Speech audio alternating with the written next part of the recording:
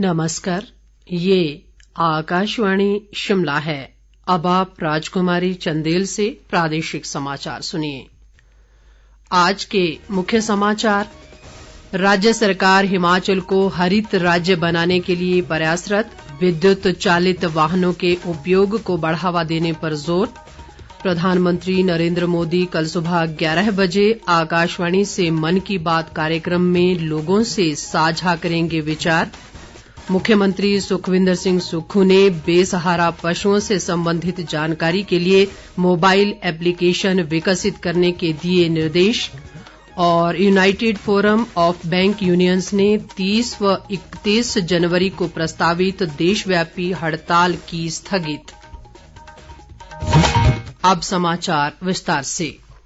मुख्यमंत्री सुखविंदर सिंह सुक्खू ने कहा है कि प्रदेश सरकार हिमाचल को हरित राज्य के रूप में विकसित करने के लिए कई नवोन्मेषी कदम उठा रही है।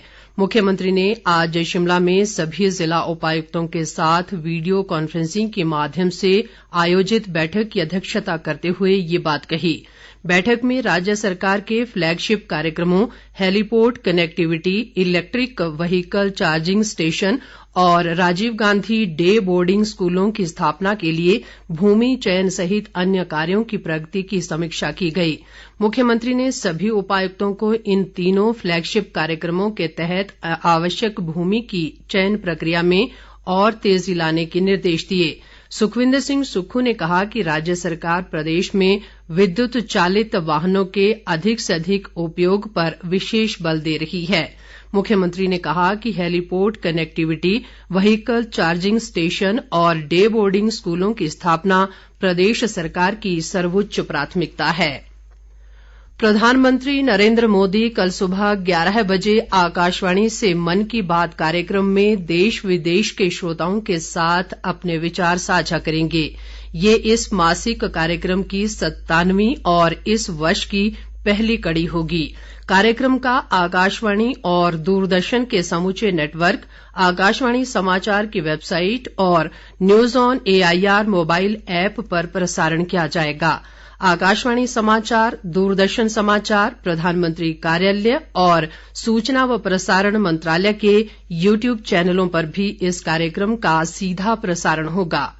इस बीच आकाशवाणी ने मन की बात कार्यक्रम की 100वीं कड़ी के लिए प्रतीक चिन्ह बनाने की प्रतियोगिता शुरू की है। श्रोता इस कार्यक्रम के लिए प्रविष्टि 1 फरवरी तक भेज सकते हैं।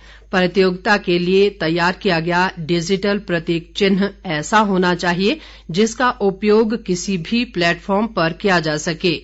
विजेता को पुरस्कार स्वरूप 1 लाख रुपए दिए जाएंगे। प्रतियोगिता संबंधी विवरण mygov.in पर उपलब्ध है।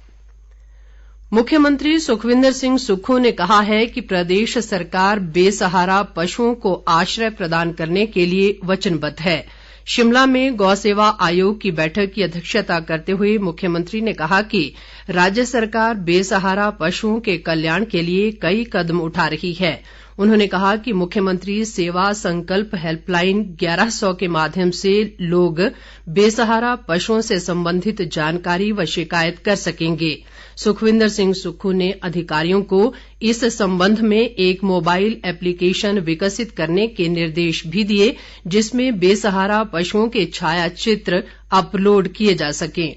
उन्होंने कहा कि 20वीं पशु गणना के अनुसार प्रदेश में 36,311 बेसहारा पशु हैं, जिनमें से 20,203 को विभिन्न गौसदनों में आश्रय प्रदान किया गया है। मुख्यमंत्री ने अधिकारियों को पशुओं की देखभाल के लिए रात्रि आश्रय निर्मित करने और पर्याप्त संख्या में कर्मचारी तैनात करने के निर्देश भी दिए। बैठक में कृषि व पशुपालन मंत्री चंद्र कुमार और ग्रामीण विकास व पंचायती राज मंत्री अनिरुद्ध सिंह भी मौजूद रहे। इस बीच मुख्यमंत्री ने FCA के तहत प्रदान की जाने वाली स्वीकृतियों के लिए प्रभावी प्रणाली को विकसित करने पर बल दिया है ताकि विकासात्मक परियोजनाओं को समयबद्ध पूरा किया जा सके।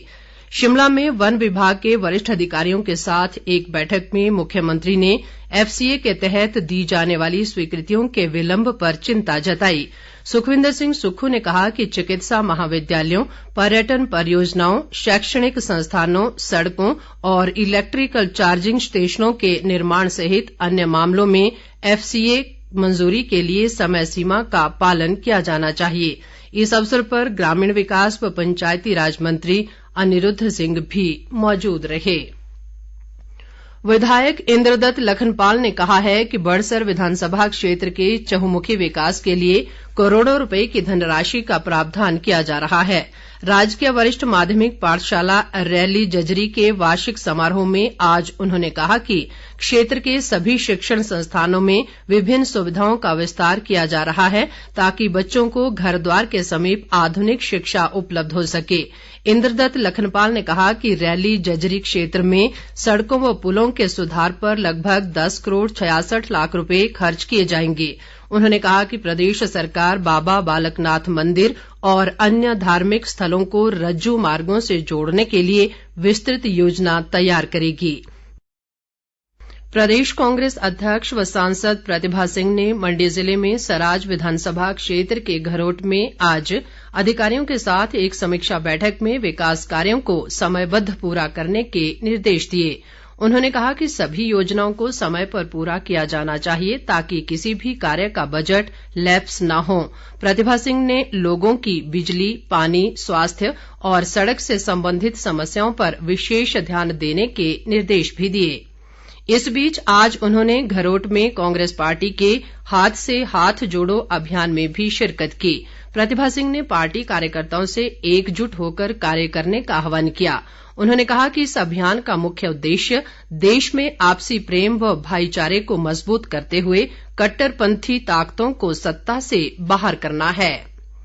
United forum of bank unions UFBU ने 30 व 31 जनवरी को प्रस्तावित देशव्यापी हड़ताल स्थगित कर दी है।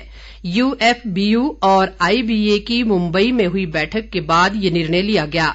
यूएफबीयू के हिमाचल प्रदेश इकाई के संयोजक नरेंद्र कुमार शर्मा ने ये जानकारी दी है। उन्होंने कहा कि सरकार द्वारा बैंक कर्मचारियों की मांगों को पूरा करने के आश्वासन के बाद बैंक यूनियन ने अपनी हड़ताल वापस लेने का फैसला लिया है। ऐसे में अब 30 व 31 जनवरी को सभी बैंक खुले रहेंगे। विधानसभा अध्यक्ष कुलदीप सिंह पठानिया ने कहा है कि चंबा जिले के भटियात विधानसभा क्षेत्र में विद्युत आपूर्ति व्यवस्था को और सुदृढ़ किया जाएगा। उन्होंने कहा कि लो वोल्टेज की समस्या के समाधान के लिए भटियात में 67 नए विद्युत ट्रांसफार्मर स्थापित किए जाएंगे। इसके अलावा 123 ट्रांसफार्मरों की विद्युत क्षमता को भी बढ़ाया जाएगा। कुलदीप सिंह पठानिया ने राजकीय वरिष्ठ माध्यमिक विद्यालय हटली के वार्षिक समारोह में बतौर मुख्य अतिथि शिरकत करने के अवसर पर ये बात कही। विधानसभा अध्यक्ष ने कहा कि प्रदेश सरकार समग्र शिक्षा की ओर उन्मुख है और शिक्षा की बुनियाद जितनी मजबूत होगी भविष्य उतना ही सुनहरा होगा। लाहौल स्पीति के विधायक रवि ठाकुर ने कहा है कि लाहौल क्षेत्र में वित्त वर्ष 2022-23 में विभिन्न विकास कार्यों पर 59 करोड़ 95 लाख की धनराशि खर्च की जा रही है। उन्होंने आज केलंग में अधिकारियों के साथ एक समीक्षा बैठक की अध्यक्षता करते हुए ये जानकारी दी। रवि ठाकुर ने अधिकारियों को विधायक प्राथमिकता के लिए कार्य योजनाओं का प्रारूप जल्द तैयार करने के निर्देश दिए। चंबा सदर के विधायक नीरज नैयर ने कहा है कि वर्तमान प्रदेश सरकार शिक्षा क्षेत्र को सुदृढ़ करने के लिए प्रयासरत है। उन्होंने आज राजकीय उत्कृष्ट वरिष्ठ माध्यमिक विद्यालय उदयपुर के वार्षिक समारोह में ये बात कही। नीरज नैयर ने कहा कि जिले के शिक्षण संस्थानों में रिक्त पड़े पदों को जल्द भरा जाएगा ताकि बच्चों की पढ़ाई प्रभावित न हो। चंबा जिला के करियां जिला परिषद सदस्य मनोज कुमार ने राज्य सरकार से जिला परिषद और बीडीसी सदस्यों को वित्तीय शक्तियां प्रदान करने की मांग की है। चंबा में आज एक पत्रकार वार्ता के दौरान मनोज कुमार ने कहा कि वित्तीय शक्तियों के अभाव में वार्ड में विकास कार्य संपन्न करवाने में दिक्कतों का सामना करना पड़ रहा है। उन्होंने सरकार से गरीब लोगों की सहायता के लिए चलाई गई सहारा योजना का संचालन फिर से सुचारू करने की मांग भी की है। अंत में मुख्य समाचार एक बार फिर। राज्य सरकार हिमाचल को हरित राज्य बनाने के लिए प्रयासरत, विद्युत चालित वाहनों के उपयोग को बढ़ावा देने पर जोर। प्रधानमंत्री नरेंद्र मोदी कल सुबह 11 बजे आकाशवाणी से मन की बात कार्यक्रम में लोगों से साझा करेंगे विचार। मुख्यमंत्री सुखविंदर सिंह सुक्खू ने बेसहारा पशुओं से संबंधित जानकारी के लिए मोबाइल एप्लीकेशन विकसित करने के दिए निर्देश। और United forum of bank unions ने 30 व 31 जनवरी को प्रस्तावित देशव्यापी हड़ताल की स्थगित। इसके साथ ही ये समाचार बुलेटिन समाप्त हुआ। नमस्कार।